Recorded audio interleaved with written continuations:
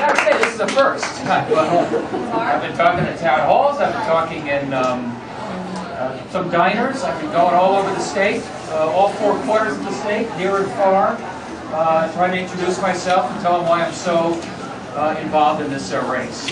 But on Monday afternoon at 4 o'clock in the old state capitol up in Hartford, I'd love it if any of you wanted to be there, but that's what I'm going to announce, and I'm going to challenge Joe Lieberman in the Democratic primary. And more than merrier. I'm in this race because for several reasons. I think we want somebody who stands up for our democratic values. We want somebody who stands up for Connecticut. I know we want somebody who stands up to George Bush in this administration, and I'll do all three.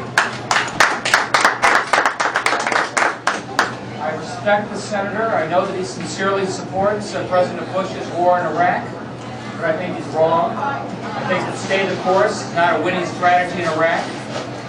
And I know that more of the same from the Bush administration is a losing strategy for America. I think that George Bush's rush to war was a terrible mistake, and Joe Lieberman cheered on the president every step of the way. I don't think the war in Iraq has made America any more secure, hasn't made Israel any more secure, it's destabilized the Middle East, Iran is on the prowl, it's undercut our moral authority around the world, it's hurt our relationships with key allies, and we have 130,000 troops now stuck in the middle of a bloody civil war in the Sunni Triangle. And I do think that the people that got us into this mess should be held accountable. That said, what do we do from here? You know, I can talk a little bit if you want. I'll see if it comes up in the Q&A about the Jack Burton exit strategy, the Lawrence Korb exit strategy. But let me just summarize right now.